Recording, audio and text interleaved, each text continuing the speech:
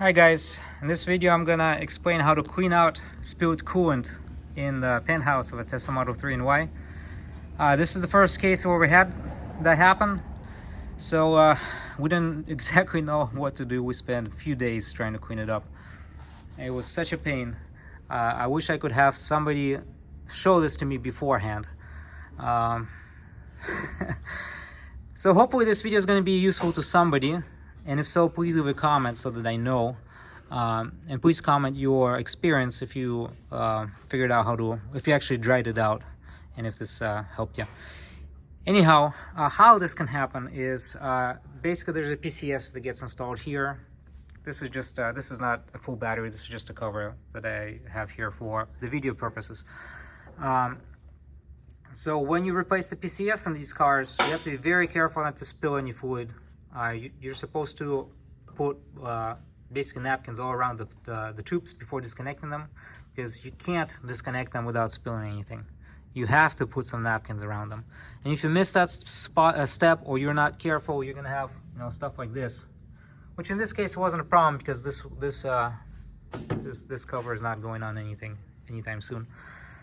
But when you're replacing PCS, you want to avoid any spills, because if you do, it's going to be a pain to dry it out. So how would I recommend? Well, first of all, to dry it out, first of all, you gotta make sure you don't drive the car, which was the mistake that happened here. The customer basically drove out the car and he didn't get far because he had an isolation error that popped up on the screen, so he had to take the car back to us. But basically, don't try to drive the car while the fluid is in the same place. You're gonna need to open up the penthouse. I'd recommend removing the PCS so that you can see everything very well, and then you can use a tip like this for the air tools and just dry everything out with air.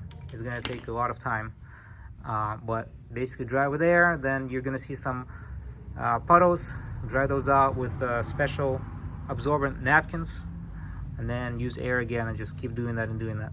And another thing we did is we turned on the fan and ran some air over this area overnight. But ultimately, and this is the big tip here, if the fluid is going to get to this point right here, then it will actually go down into these connections, to these high voltage connectors, and it will go inside these high voltage cables for the motor, for the rear motor, the front motor, and the AC compressor. And once it gets in there, you can't really blow it out, because it will actually go inside this insulation here, inside this area. So you basically have to take apart this plug to clean it out.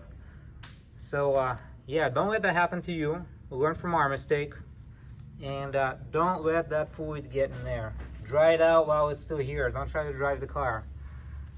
But anyway, make sure you test for isolation while you dry it. The way we did it is we would connect the tester to these pins here, positive and negative, one at a time, and the other side would go to the ground right here. So check isolation while you dry it. Good isolation is anything above, I'd say 2,000 kilo ohms, 4,000 ideally. That's with the drive unit connected and everything. If these are disconnected, it should be probably like 10 or more.